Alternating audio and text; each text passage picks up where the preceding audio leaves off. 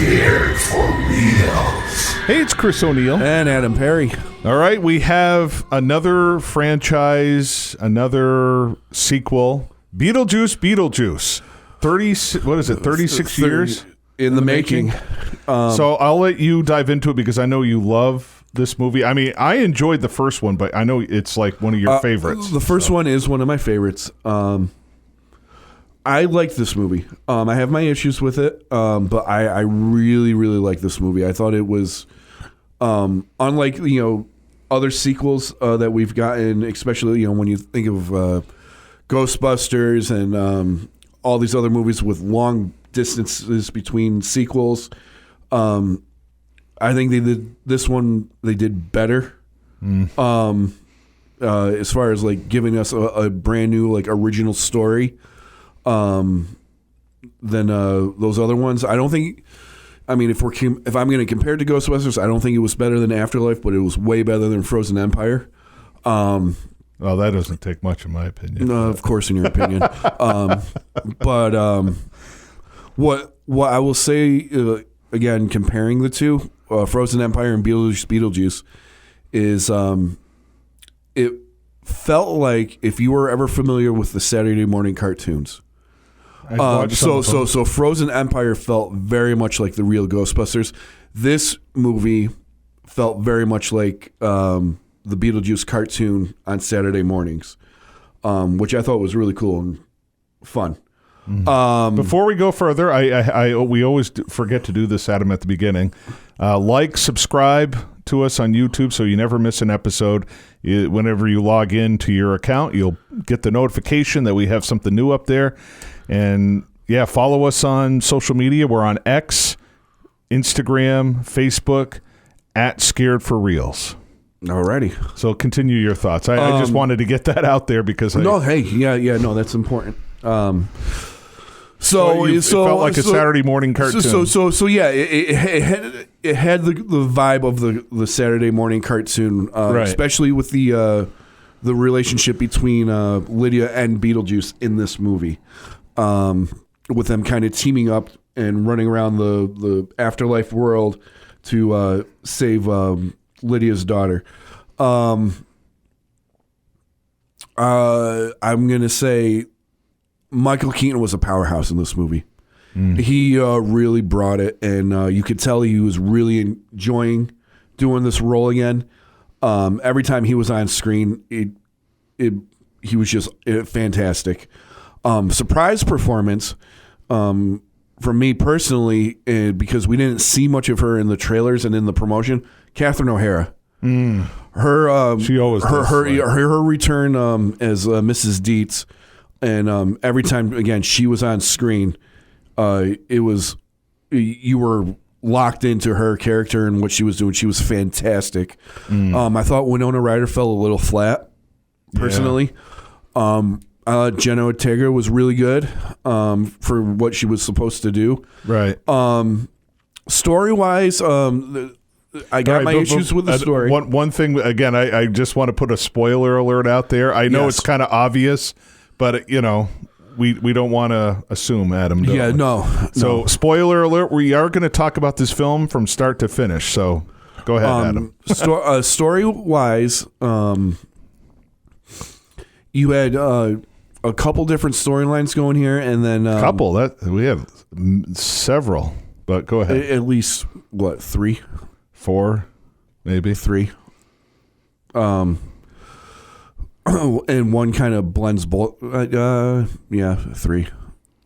of the storylines are kind of one and the same. But anyway, the payoffs for both of them kind of fell flat again by the end of the movie. It was kind of underwhelming how they both the stories kind of ended by the end of the movie. Again, and I thought it was long. It was a slow burn to really get to where we were supposed to go with the movie. And I think that in length, it was kind of on par with the original, but it just kind of felt like it was long. Well, the first movie moves so fast. Yeah, but I'm just saying that this is a good example of where length really doesn't matter, but it's how you feel, and I felt the same way. Yeah, and I think the audience I was sitting with, I mean, granted, I was at an afternoon show, it wasn't as packed, but it just like, okay. Yeah, I went to a 9:00 show and it was almost a full theater. Nice. Well, it's good to see people going out to a movie. Yeah, you know? and I actually asked the people at Regal. Almost all the shows yesterday were sold out, except for the one I guess I attended. I listen, the most of the evening shows were all sold out. Like all the promotional Beetlejuice merch was sold out. Right. So like all the collector cups and the tin popcorn buckets that they had been promoting for months now, right, they were all gone. So again, for an opening day, that's pretty cool, right, to see from a movie. And I have to say, the marketing for this movie, just like Deadpool and Wolverine, it seems like these franchises are learning how to market themselves again. I mean, Ghostbusters, to me, didn't do it as effectively, but it was like Wolverine, Deadpool, and Beetlejuice. It was just like you couldn't go anywhere without either hearing it or seeing something. Yeah, and they had Michael Keaton everywhere. Yeah, doing everything all over the internet, and I saw this is like unrelated. I saw he changed his SAG card name to Michael Douglas Keaton. Well, his real name's Michael Douglas. I know, but it was kind of cool how he changed. Yeah, he's now changed his name to Michael Keaton Douglas, which is cool. Yeah, which is cool. I mean, by this point, if people are not like aware of the two completely different actors, I don't know what to tell you. Yeah, I mean, I could see why he changed it right off the bat, because it's like, okay, Michael Douglas already started off prominently, and it's like, okay, well, I can't be confused. But right now, at this point in the game, they're both went completely different paths. And if you don't know who Michael, can't look at a picture and distinguish who Michael Keaton and Michael Douglas is. I mean, right. Just a lot of actors do that. Michael J. Fox is another one. There was another Michael Fox actor. So he threw really? I did not know that. He threw the J in his no name. Kidding. I didn't realize that. Yeah, a lot of actors, they take surname. I mean, I take a surname. I mean, Perry's not my real last name. For personal reasons, I've changed my, for a public perception. I mean, they all do that for whatever reasons they have. A lot of actors do. Right. But yeah, I'm one of the wackos. I'm not an actor, but I've always gone by my real name. But back when they had the yellow pages or the book, the phone book, I paid a few extra a month just to be unlisted, because the broadcasting field, I went to school with a couple of guys who kept their real names on air too, and they got bombarded by psychopaths, and I'm probably wouldn't have happened, but erring on the side of caution. But before we get carried away with all these side things, yes, let's talk about the plot here. 36 years, that's a long time. Again, this is a movie that's been talked about, sequels for at least that many years, as soon as the first one was a huge success. Yeah. But Lydia Dietz, she's like this, she's a broadcaster of some kind. She hosts a supernatural talk show called Ghost House, produced by her boyfriend. I have to say, Justin Theroux showing up in this, I mean, he always seems to pop up in these bizarre movies. Yeah. I mean, ever since the earliest, I think the first Justin Theroux movie I saw was Mulholland Drive. And if anyone watches David Lynch cinema, it's one of those things you can't 100% figure out David Lynch movies. But it's one of those, he makes movies so interesting that even if you don't get what you're watching, you want to watch again. Right. And again, and again, and again. And that's just one of the charms of the David Lynch movies. It's like when you're watching him, like, oh, I think I figured it out. No. Yeah. And I love how David Lynch, especially Eraserhead, I heard, it seems like Eraserhead is a spiritual film. He goes, yes. Will you elaborate? No. Because he leaves it up to the audience, which I love, and he doesn't underestimate his audience, which is great. And he said, if you can 100% figure out one of my movies, I did it wrong. He just loves to make movies like that. But anyway, that's the first time I saw Justin Theroux was in Mulholland Drive. And here he is, a boyfriend to Lydia Dietz. And during the taping of a segment, she sees visions of Beetlejuice. Randomly 36 years later. Isn't that interesting? Oh. So shortly thereafter, we were talking about Catherine O'Hara, how she's like this in almost every movie. She just shows up and it looks like she's having a good time.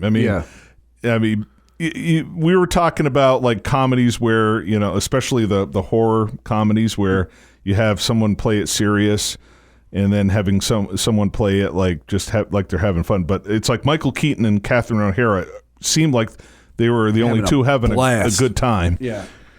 So Lydia's stepmom, Catherine O'Hara, shows up. Delia shares the news about the death of her dad. Well, you gotta get rid of Jeffrey Jones somehow, and I thought that was clever how they did it. The clever animation that Tim Burton's known for. It was kind of popped up in there. And we'll talk about the effects of this movie later. But even still, to have Charles in the afterworlds, but headless, so we don't have to see. You got to see little animated pictures of Jeffrey Jones, and that's a shame too. I mean, I don't want to talk about Jeffrey Jones too much, but that guy was such a versatile actor. Well, he was in such everything in the 80s and 90s. I know. I mean, you look at Ferris Bueller, Amadeus. Yes. I mean, he was brilliant. He had some of the best lines in Amadeus. Yeah, and then Howard the Duck. It's just such a shame. All the things he went through. And my wife and I were at a film festival and we saw the cousins we didn't even know we were talking to the cousins of, my cousin is Jeffrey Jones. And we're like, oh, interesting. Yeah, he got kind of a bad rap. And I'm like, well, when you solicit sex from a 13-year-old boy, you kind of get a bad rap. Right. Whether it's true or not, I mean, his reputation. Well, he pled guilty to it. So, I mean, he pled guilty and no contest to it. So, so something had to be true there. Yeah. He did some jail time. And it's, like you said, it's unfortunate. In the late 80s and 90s, the guy was in everything. Right. Literally. And even The Crucible, that was one of the last movies I remember seeing. Yeah, and he was one of the Tim Burton staple figures. You could always count him to pop up somewhere. Right.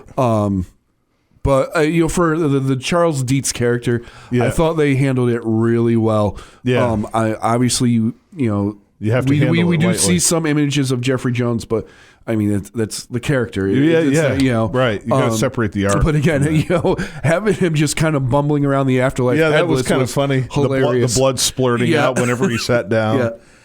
So en route to Winter River, that's the name of the town, for the funeral services, the surviving Dietz family members pick up Jenna Ortega. She as we said, she did a pretty decent job. I mean, she had to play one of the straight laced characters, and she doesn't believe in her mom's stuff, and she even said probably mom or whatever. It was kind of like she allegedly mom, and it was one of those things where she never really accepted Lydia as her mom, which is kind of interesting. Yeah, because there's a whole backstory. Again, unfortunately, I don't think it was really a success that paid off that well, having the dad.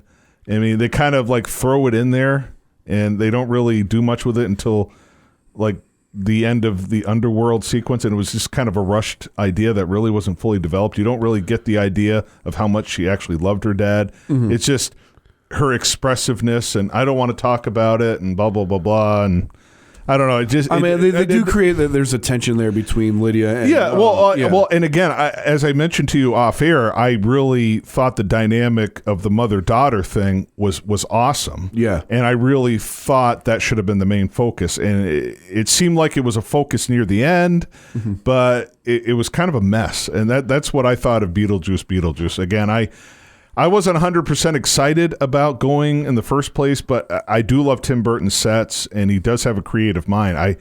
He didn't have anything to do with the writing of the script. I mean, it's just there's like 2 or 3 writers, and mm-hmm. sometimes when you get that many hands in the pie, it gets kind of messy. Right. And I felt that's what the case was here. But before I talk about my opinions, let's continue. Astrid is her name. And it looks like she's in a boarding school, like one of those, I don't know if it was a prep school, a boarding school kind of thing. They say here in the plot a boarding school, but it felt kind of like a prep school. You had to wear a certain uniform and everything like that. Yeah, kind of like what Lydia, we see Lydia going through at the end of the original Beetlejuice. Yeah, so it's either a boarding school or a prep school, a private school, right? Something of that nature. And it's interesting. Lydia's former husband and Astrid's father, Richard, had been in a relationship with it, which ended up in a divorce 2 years before he just disappeared in South America. And again, a lot of that is suggested. They don't really talk about it too much, which is one of the problems of the story. But following the funeral services, Justin Theroux's character Rory just proposes to Lydia, which she accepts, again, which seems like a forced plot device. And of course Astrid is just, she just wanted to get the heck out of there, and somehow she's riding her bike real fast, I think she's just trying to burn off some tension, some anger that there's a lot of emotions there. She crashes her bike and meets up with this kid in a treehouse called Jeremy. And this is another plot that's really not fully developed. What I see here, Adam, is like a whole series. If they were to do a season of Beetlejuice, like on streaming or something, I see like a whole season kind of crammed into like 1.5 hours. Yeah, I'll let you finish the plan. I'll give you my opinion on this. Right. This part of the story. But Jeremy, this mysterious kid named Jeremy, is a ghost seeker, and he's trying to help her restore, life and everything like that. It's interesting. He has the book of the. What is it? The Book of the Dead? Recently deceased. Recently deceased. Thank you. Because that was one thing that kind of tied in the plot from the first one, is that book of the deceased. Well, here's the thing. I mean, if you're familiar with the first one, the only people who get that book are the recently deceased. Are the dead. So the fact that he has this book should have been your first clue that something isn't right. Yeah. It's like, I picked it up at a thrift store. It's like, you can't pick that. You can't pick it up at a thrift store. So we know something is kind of weird with it. Again, I thought it would have been interesting to kind of develop that more. But again, I mean, you have several things going on. They're all pretty much interesting ideas for the most part. Right. It's just they weren't like hashed out too much. I think this needed a couple of more rewrites, before it could have. Yeah, we'll break it down after that. Let's see.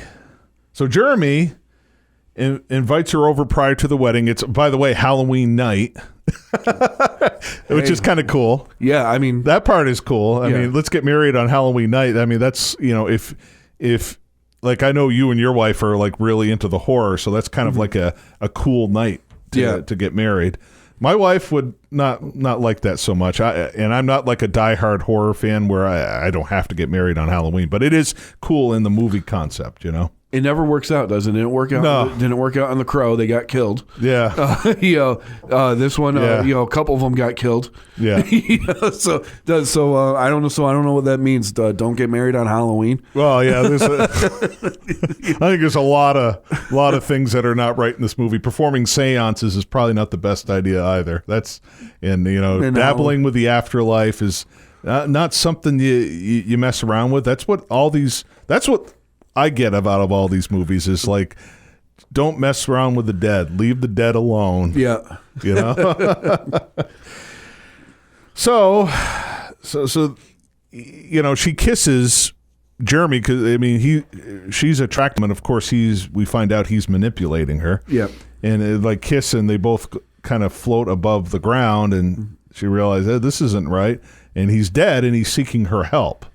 He's trying to get into the afterlife. And this is when we realize that, and this is when Jenna Ortega realizes that she can actually she's a medium like her mother. Yeah, and that, see the dead. Yeah, and that's the thing. She's like a non-believer the whole movie, and this kind of made her a believer. And like, oh my God, I see dead people. Yeah, Sixth Sense reference there. So. Yeah. So discovering that, and they enter the afterlife together. I mean, she kind of didn't feel comfortable agreeing to this, but it's like, okay, well, he is He is an attractive guy. He seems very nice. But come to find out, Jeremy is a murderer. He killed his parents. At least that's the two we know of. He might have killed other people. But when the police came to him, I guess he fell out of his treehouse, broke his neck. And again, it's like, we'll talk about how I feel about that afterwards. So Lydia, realizing all this stuff, she just happens to realize all this stuff just by talking to, the real estate person. Yep. That, Jeremy's a murderer and all that kind of stuff. Oh my God, I dropped her off at that house. So, and then finding she sees the light from up above, and she goes, "Oh no, the afterlife." So she's got the only being she knows is to call Beetlejuice. Yep. And at this point, Beetlejuice, is kind of still obsessed with her. He's got like a picture on he's got like a business dealing with the dead, and he's got all of the shrunken head guys as his coworker Bob. Yeah, rest in peace, Bob. But that was that, and I think we should talk about the Beetlejuice plot now, because I mean that kind of plot just takes care of the Lydia Astrid side. But there's a whole other thing with Beetlejuice and his former wife, Monica Bellucci. And you've seen, how many movies have you seen Monica Bellucci in? A couple. Yeah. I kind of didn't really think of her too much as an actress. She was gorgeous. She definitely made an impression on me at the age of 12 when I saw her in Bram Stoker's Dracula, even though she's only in the movie for like a couple minutes. I saw her in Milena, and that's again, we're kind of going off topic here, but just she's not really like an actress. She's more of a model. And if you're going to put her in a movie, you've got to use her presence really well. And you think that's his girlfriend, Tim Burton's girlfriend. He's dating Monica Bellucci. I mean, he gives her kind of a cool character, but then kind of doesn't do anything with her. She's kind of prominent in the opening first half, right? Because you see that there's a really cool sequence all in Italian, dealing with Beetlejuice being a gravedigger, and he kind of meets up with Monica Bellucci's character Dolores, and she's a soul sucker. Yep.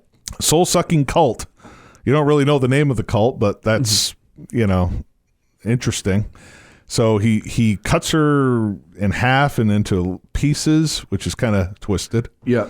So, I mean, there's that kind of interesting vibe. And of course, there's shout-outs to Mario Bava throughout the movie. And there are some homages in that Italian sequence to Mario Bava as well, which is kind of cool. Right. But so there we have Beetlejuice's past. You kind of get alluded to it in the first movie. Right. With the finger and everything like that. Yeah. Speaking of the first movie, I don't know if you realize this. So the real estate agent, do you know who that is? I can't remember I haven't seen the first one in so long. It's the little girl that's with, who's the sister of Barbara, who keeps trying to sell their house. Oh, that's Barbara's sister? That's Barbara's sister, Jan, who keeps trying to sell the house on the Dietzes, or the Maitlands. The Maitlands, yes. And when she gives Lydia the Skeleton King, the little girl in the back, that's her grown up. Oh, no kidding. Yeah, that's the connection. Oh, okay. Again, something that that was really quick that, I wish they would have kind of elaborated on a little bit. It was more of a cameo piece than but I mean, else, at least, see, I hate to use another movie, but Furiosa, for instance. You see, like, it pan out, and then you see the horizon, and then you see a black car and a guy in a leather jacket. That's Mad Max. And they focus on it for more than 30 seconds just to, there's Mad Max. That young girl, it's so quick that I didn't catch that. I mean, you've seen the first Beetlejuice a lot more than I have, I think. But I used to watch it all the time when I was a kid, but I haven't watched it in a long time. But that's it. That's interesting, and those are, I guess, the diehards that would get that reference. Well, I mean, it's the way it's also the way she talks and the way she, She makes the comment that she can't wait to sell the house like her mom did. As they're packing it up after Charles dies, and so I mean, there's little stuff. If you listen to her dialogue, you catch who this character is supposed to be. Yeah, and that was another thing. It's like I'm glad they had something with the Maitlands, because it's like, oh, they found a loophole, and it's like, okay. Well, I mean, even Tim Burton has said in promotion that the reason why he couldn't bring them back is because they died in their 20s. Yeah. Well, Gina Davis and Alec Baldwin are not in their 20s anymore. To de-age them, he didn't think that was right. Because, again, as soon as we finish the plot here, I'm going to go to one of my most favorite things about this movie was the effects. Very, very little CGI. Right. Yeah.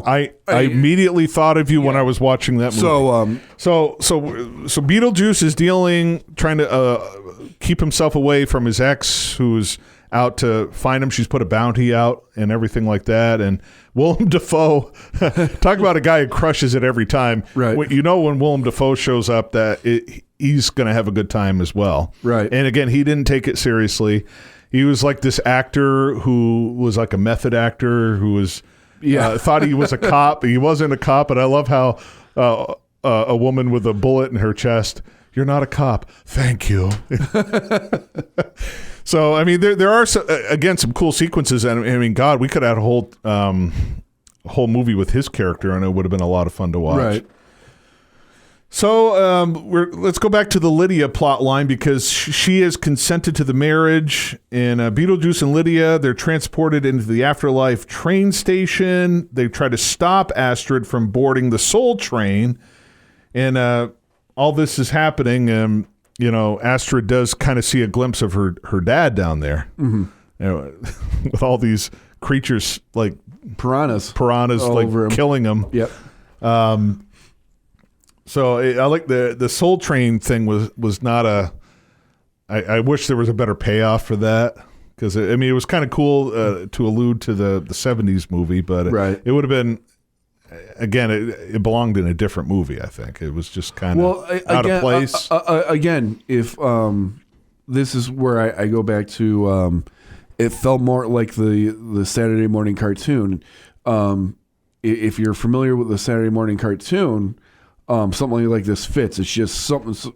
The afterlife portrayed in the cartoon is just so absurd, and random. Yeah. So that it made sense seeing something. I couldn't like get into the cartoon. I think I watched one episode, and I was just like, Again, I've never been into TV shows as much.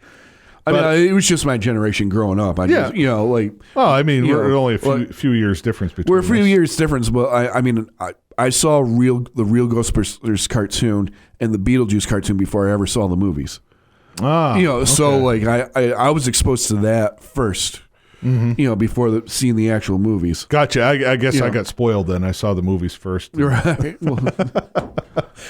So the Soul Train, and at this point, not only is Lydia, looking for him, but I think her dad is actually trying as well. So.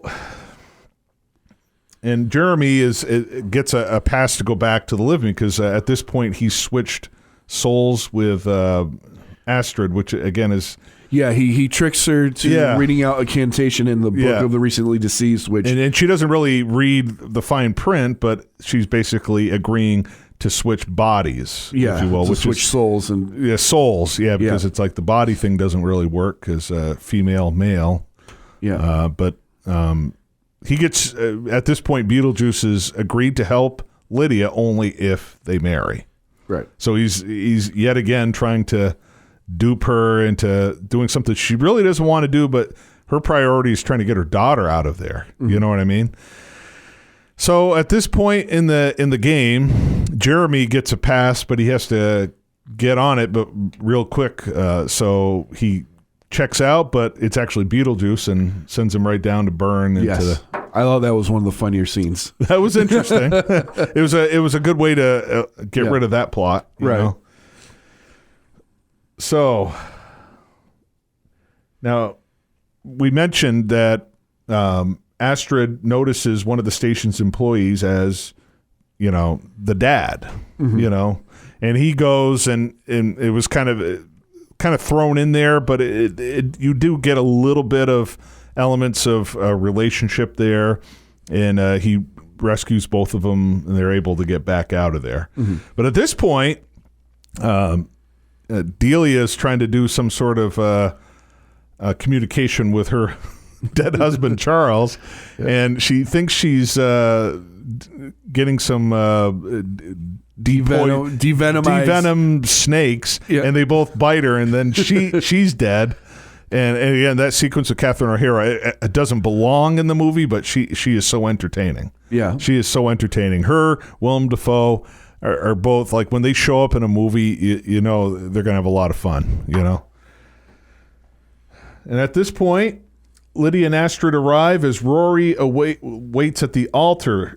Kind of like it's not exactly like the first one with the wedding scene, but there is a wedding. Yeah. There's supposed to be a wedding at the end of the first one. And again, Beetlejuice is still trying to marry Lydia. And you have the interesting church with all these influencers that Rory has invited. They're all on their phones filming it. Yeah. That was a cool scene, how Beetlejuice put them into their own technology.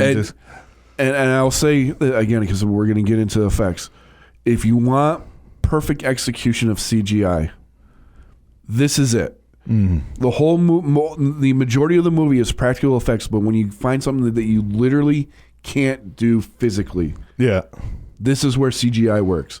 And the cell phone scene, and with the influencers getting sucked into their cell phones, works. That was cool. Yeah. If anyone ever faults Tim Burton, you can't fault him for the effects that he creates, and whether it's CGI or practical. I mean, the guy is just a genius when it comes to effects and sets. Yes. I mean, you can never fault him for that. You can never fault. You definitely know when you're watching a Tim Burton movie. That's for sure. Right. That's the thing. He has like a certain look, a certain vibe, a certain feel to all of his movies. Even Big Fish. Yeah. Now that's the thing. I wish the mother-daughter estrangement would have played out not the same exact way, obviously, but that was the thing that made Big Fish such a great movie, is the fact that you have an estranged father and son. His father's dying.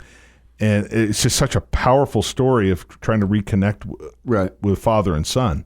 It was just such a well done movie. That's probably his most personal movie to date. And I mean, I'm not saying Tim Burton should do a personal movie every time, but one of our favorite filmmakers, Scorsese, always says, being personal is the most creative. And that movie, all of his twisted stuff and just creative imagination just mesh and jive together. I'm not saying it's my favorite Tim Burton movie, but it's close. It really is close. And I just wish that the same kind of care in that relationship carried over to this one, as well as the strained, mother and daughter story. To me, was the most interesting part of the movie. It's one that had to get resolved. To me, it was the heart of the movie, but I didn't really feel that until the last half hour. Yeah, well, because they give you so little information, and I know. Until the father does show up, and he actually kind of plays missing puzzle pieces to why they're estranged. Because again, the reason why Astrid thinks Lydia is full of crap with her medium is because she's never seen her father. Right. Well, you find out when they meet up with the father that he's purposely not shown himself to her.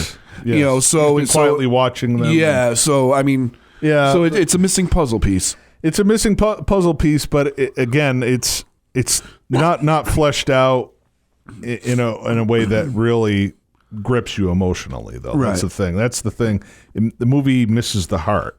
You know what I mean? Right. But I guess one could argue it's also Beetlejuice too. Well, I know you can have some creative stuff like that. I mean, let's face it, Godzilla isn't real either. Right. But the first Godzilla movie is very powerful emotionally because of the whole atomic bomb thing, which it's a very powerful part of the story. Godzilla's not real, but it's also not a comedy either. No, not the first one. It's not a lighthearted. Yeah, I know. Not the first one. That's what I'm saying. It's not a lighthearted horror comedy either. No, but I think that the comedy didn't work as well in Beetlejuice. It worked flawlessly in the first one because they weren't trying so hard. Mm-hmm. The script wasn't trying so hard to be funny.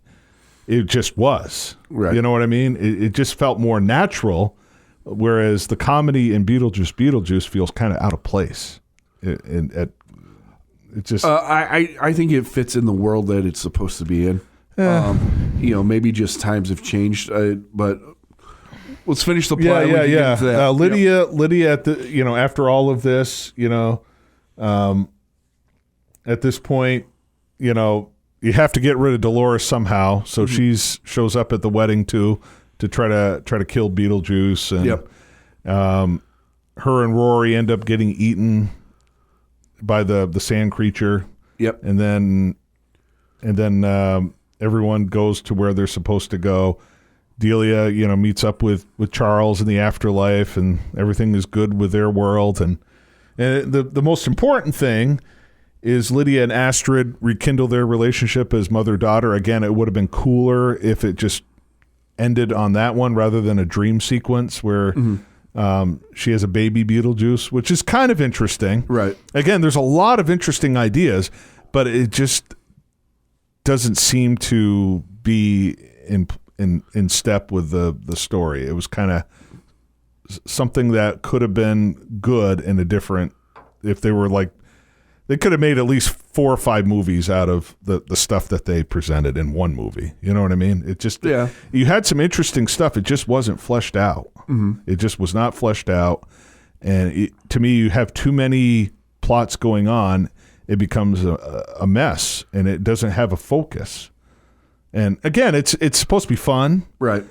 And it didn't feel as much fun as the first one. There were a couple scenes that you're like, oh, this is cool, and then they don't really pay off with that stuff, and it just gets kind of messy. Well, I don't think it didn't pay off. I just think it was underwhelming the way it paid off. You know what I'm saying? Mm-hmm. I think all the by the end of the movie, everything that needed to be tied up was tied up. Yeah, but it's a way they tied it up though. It was just kind of messy. So I mean, all right. So let's get down to the different plots here and why they happened. So we'll start with Beetlejuice himself. Yes, there's an obsession with Lydia. Right. All right. Because Lydia in the first movie agreed to marry him. And remember, this is his link back into the real world. Right. So, yeah, he's still going to be obsessed and trying to figure out how to get back. See, I didn't have a problem with that plot. And the whole Astrid and Lydia dynamic was kind of cool. I wish that would have been the focus of the story. And Beetlejuice still trying to get with her. I love Monica Bellucci, man. She's got one of the best screen presences of all time, and that was a plot that could have been left off the table. There kind of is, because Beetlejuice, knowing that she is back and coming after him, gives him the incentive to really put the effort into finding Lydia and getting out of the netherworld. Well, see, to me though, you didn't need that other plot element. He was already obsessed with her, and I thought that would have been enough. Right. You didn't need that to have his whole ex-wife or whatever show up, and it just didn't. It felt like it was out of place. Right. That would have been a separate. But here's the thing, though, Chris. If they didn't put that in there, you would be telling me right now they did the same exact thing as they did in the first movie. Well, they pretty much did in a way. I mean, they tried to change it up. Again, they tried too hard. I mean, a few more drafts of the script where they could have, tied up the ends a lot better than what they did. There was just they were all tied up because of some dialogue and a couple of quick scenes, but it just didn't feel like it was. I wasn't satisfied with it. It needed more drafts. And again, that whole plot thing with his ex-wife. I mean, as cool as Willem Dafoe was, there was no point in having him in the movie either. There's nothing wrong with just focusing on one or two plots. Beetlejuice trying to get with Lydia, and Lydia trying to get things right with her daughter. There's a movie right there. and you could have some comical moments if you not trying to force them, you know what I mean? But it just seemed like there was a lot going on, and there were some cool ideas. I'm not saying the ideas were bad. It just didn't belong all over the place like it was in this movie. You could have probably had a whole like cartoon series with all of these plots played out, and you had more time to flesh them out. And I'm not a huge fan of TV shows, but I mean, there was too many things going on. I mean, again, I think there was two purposes behind the Monica Bellucci character. It was to give more incentive for Beetlejuice to get out of the Netherworld, and also to establish the world of the Netherworld. All right, which is why Willem Dafoe's character is important, because you realize that on the other side, they're living by their own laws and their own rules and their own. So again, it's okay. So when Lydia goes into the Netherworld to find, now she's got to compete with their rules and and that's what the Monica Bellucci character and the Willem Dafoe character establish, that this world has its own set of rules, its own set of laws, and and they have to play by these rules that they don't know. Well, again, interesting ideas, but if you're going to do a story about a mother and daughter reconnecting, to me it felt out of place. That's just my opinion on it.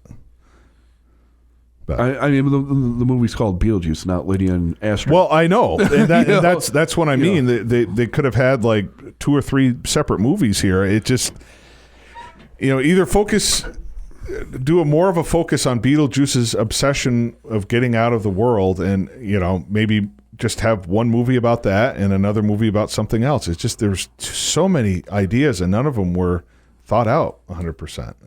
It was all rushed. And that's the thing, 36 years, you think they would have had a decent script, but you get a cool idea here, a cool idea there, a cool idea there, a cool idea there, and it was to me, it was just a mess, and it was, like you said, underwhelming. Very underwhelming. Yeah, no, the payoff was underwhelming, but I don't think, I disagree that, the story, didn't have, its reason and why the things were happening.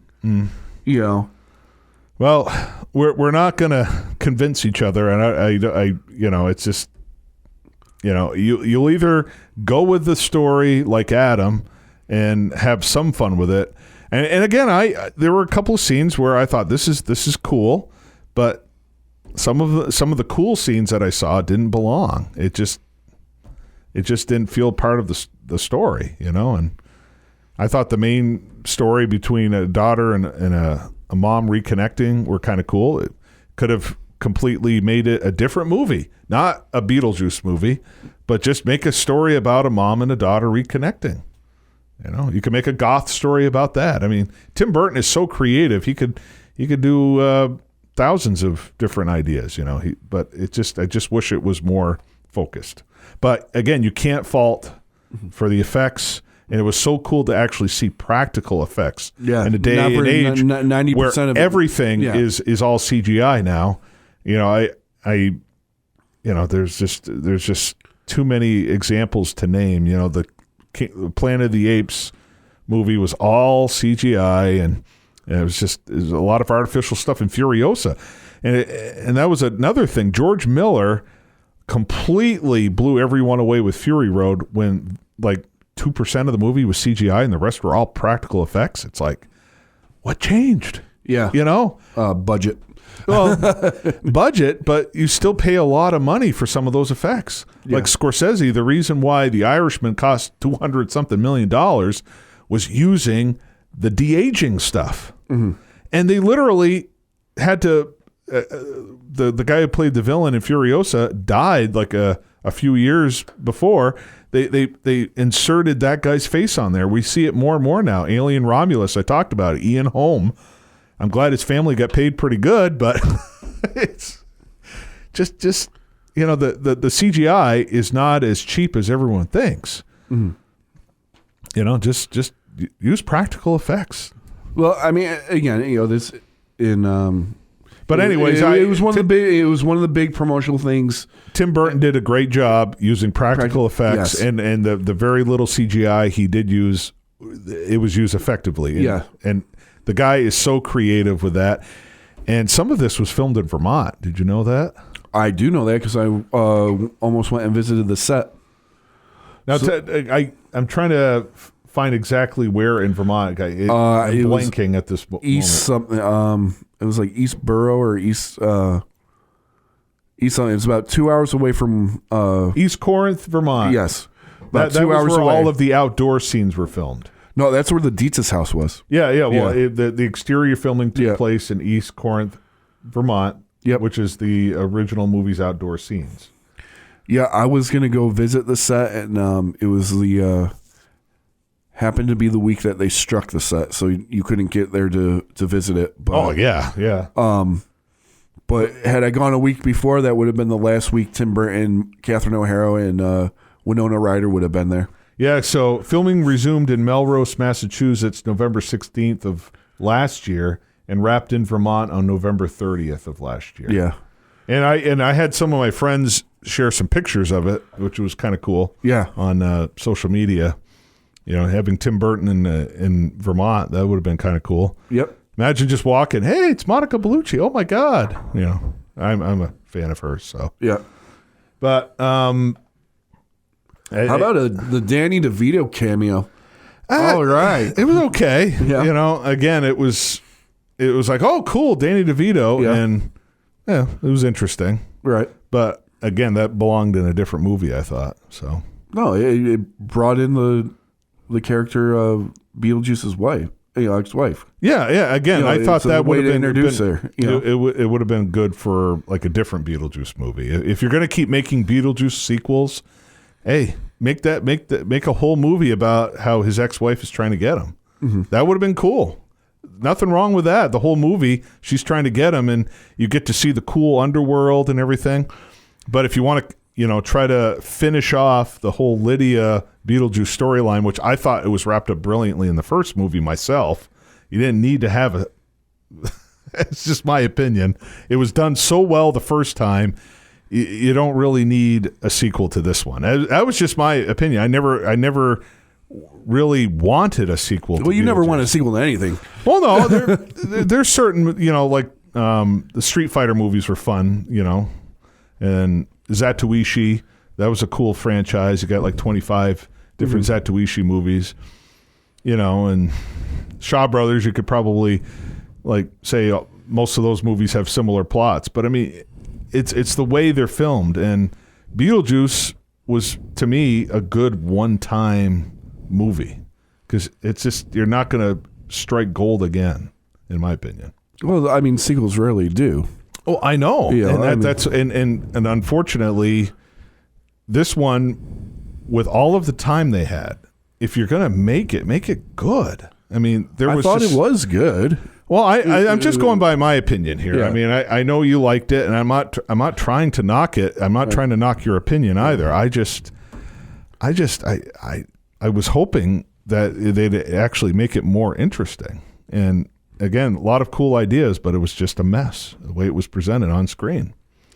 It needed some more drafts, I think. I mean, hey, 36 years. If we had to wait another couple of years, what's the big deal? Age. I mean, Michael Keaton's 73 years old. Well, and Indiana Jones was 80 when they did Dial of Destiny, and that was but I mean, I that's just my opinion, Adam. I really loved the first one. Mm-hmm. It was really cool, and it was just one of those things that didn't need a sequel. It was fine the way it ended. It was cool. It was effective. It was fun. And it was interesting how Richard Harris's only musical hit was featured in the movie too. Mm-hmm. And it's like MacArthur Park. I wonder what made them want to use that one. It was interesting. Mm-hmm. But again, interesting ideas. It just didn't feel like an organized movie. It was just a mess. And there was some good stuff in that mess, but a mess is a mess. But Yeah, no, my only, like I said, I thought the movie was a slower burn than it should have been. I thought the pace should have been a little quicker, and the way the plots wrapped up were just kind of underwhelming. But I thought overall the movie was done very well. I think it was the best you were gonna get, for a one-time sequel like this. So right, and again, the reason why it didn't happen before is because it was issues with scripting. And yeah. It was, they either, you got to remember, since the first one, Beetlejuice, a second Beetlejuice had been asked for almost on an annual basis. And for many years, it was either Keaton didn't want to do it, and then Tim Burton didn't want to do it. And then Keaton said, I'm not going to do it unless Tim Burton doesn't want to do it. Doesn't do it, and it was a back and forth with that, and the scripts they were putting out was garbage, like Beetlejuice in Hawaii, which was the most prominent draft for most of those 30 years. Wow. So it was Beetlejuice in Hawaii. Yeah. Wow. So I think again, what they gave us was that's as good as you're gonna get. What the fans wanted. I think I think they gave they made a movie for the fans. Is again. Will they come out? That's the thing. Will they come out? They were out. Well, I mean, the movie, $100+ million. That's how much it costs. I think they're at $13 million right now. Only one day in. Yeah, I think they'll do well. They estimate between 145, 150 million. That's the estimate it's supposed to take in. Yeah. And again, they've already announced home video releases, and I've seen some people online. Oh, well, I can wait. It's going to be coming out soon, so I don't need to go to the movies. Well, again, that's something no one will ever convince me of. Is like, so far the only success. Actually, there's been 2 successes this year: Inside Out 2 and Deadpool and Wolverine. Those are the only 2 movies where we knew about a home release date. But you brought up a good point about Deadpool and Wolverine. You won't be able to stream that for a few more months, right? Yeah, because they extended the theatrical run. Yeah, and there's no reason, if Beetlejuice is, again, it's already one day. It's already. But this is not Disney, so it's not Disney, but it's Warner Brothers. Too. Well, Warner Brothers is a big company. What I'm saying is if after this weekend, if they make good numbers, there is a possibility for them to extend the theatrical run and pause the digital release. I think they would be one smart. Day in, 13 million. I mean, that's a good start. It's not bad, but I think they're trying to kind of like, they did a great job marketing Deadpool and Wolverine, so they did a good job of spending money to market themselves with Beetlejuice. I hope it pays off, and it sounds like it might. I don't see this movie being as problematic as other big budget movies, but at the same time, they need to widen the window to make people want to go to the theaters to see it. I know there's a lot of people that don't like crowds, so wait a couple of weeks and then go. That's. I mean, there's nothing that beats an experience. Nothing like watching a movie you want to see with a bunch of other people with a similar mindset, just sharing an experience together in a dark room like a movie theater. It's just, there's nothing like it.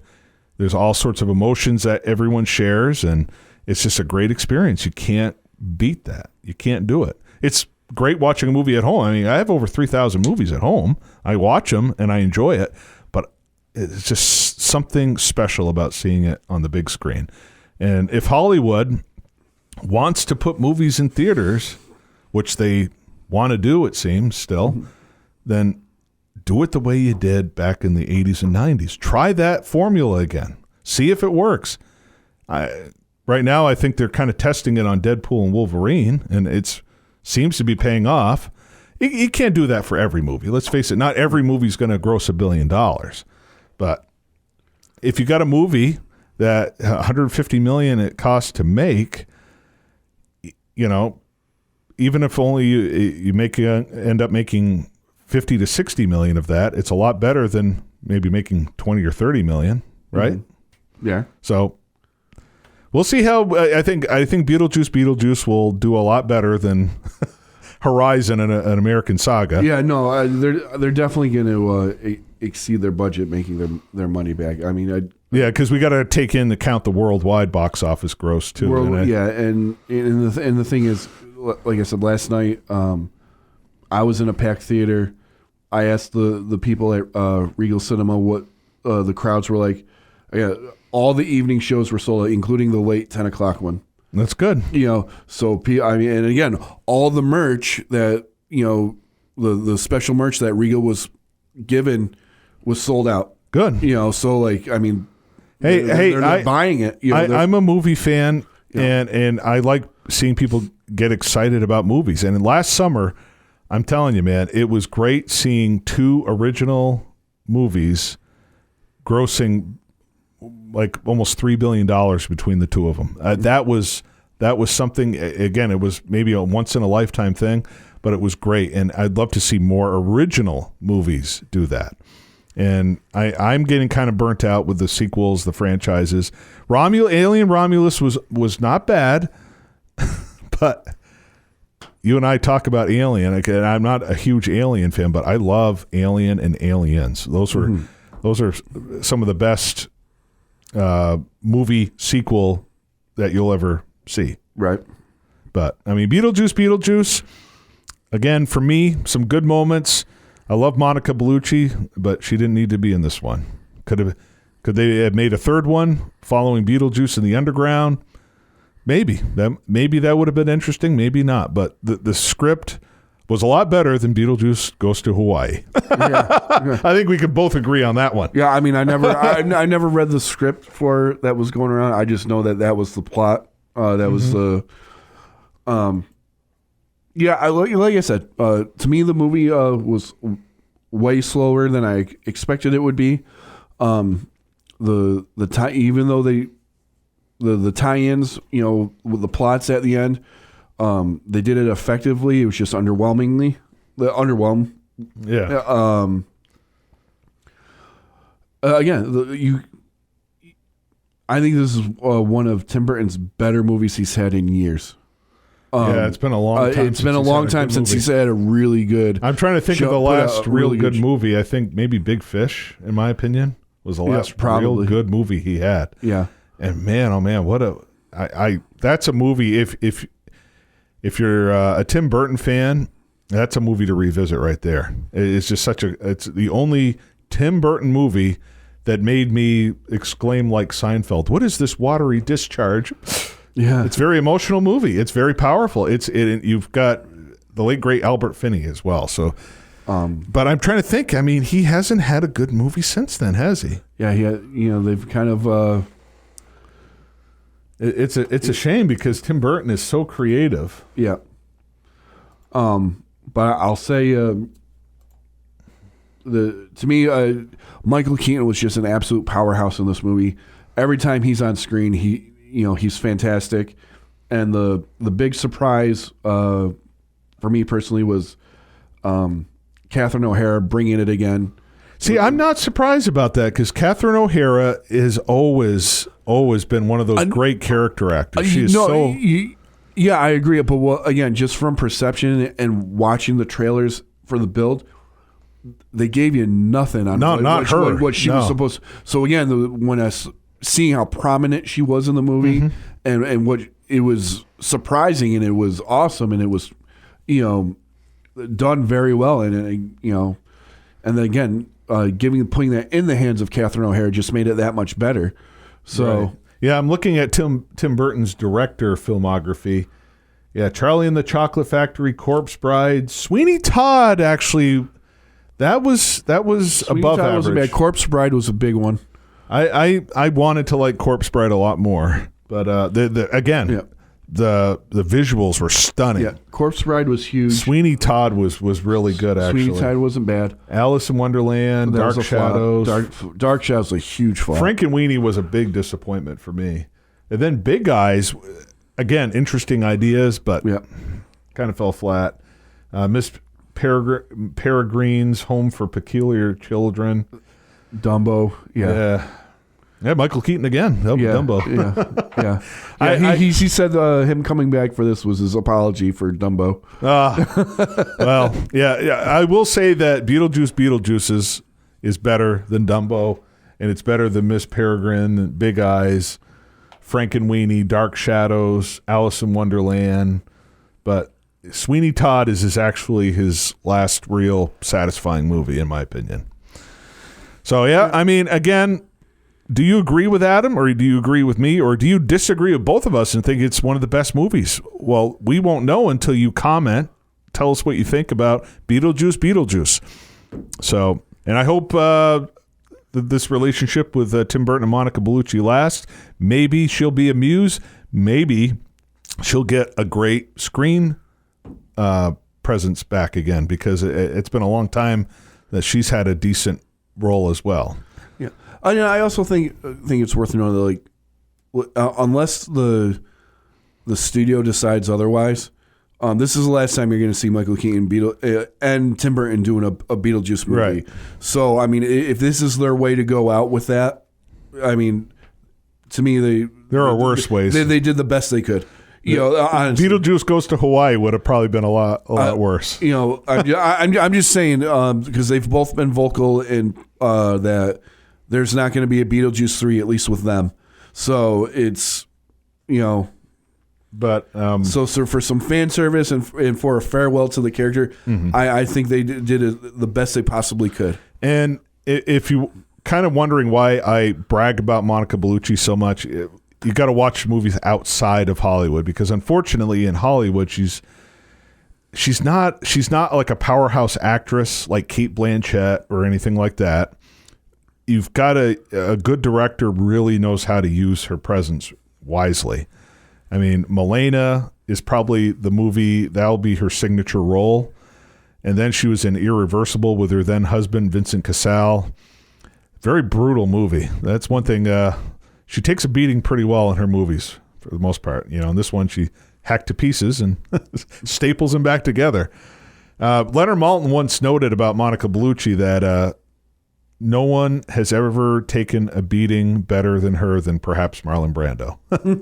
And there's a 10-minute rape sequence in Irreversible, and she's beaten to a bloody pulp in that movie. And then afterwards, it's like she did the Matrix sequels, and it's like, talk about a waste. She's got like one interesting sequence with Keanu Reeves, and that's it. Unfortunately, her transition to Hollywood, she really tried to do something different with Tears in the Sun. Did you remember that movie with Bruce Willis? Yeah. It was marginally not bad. I'll have to revisit it. I got it for free years ago from some auction online. I think maybe I paid like $2 for it, but I got the extended version, and it's okay.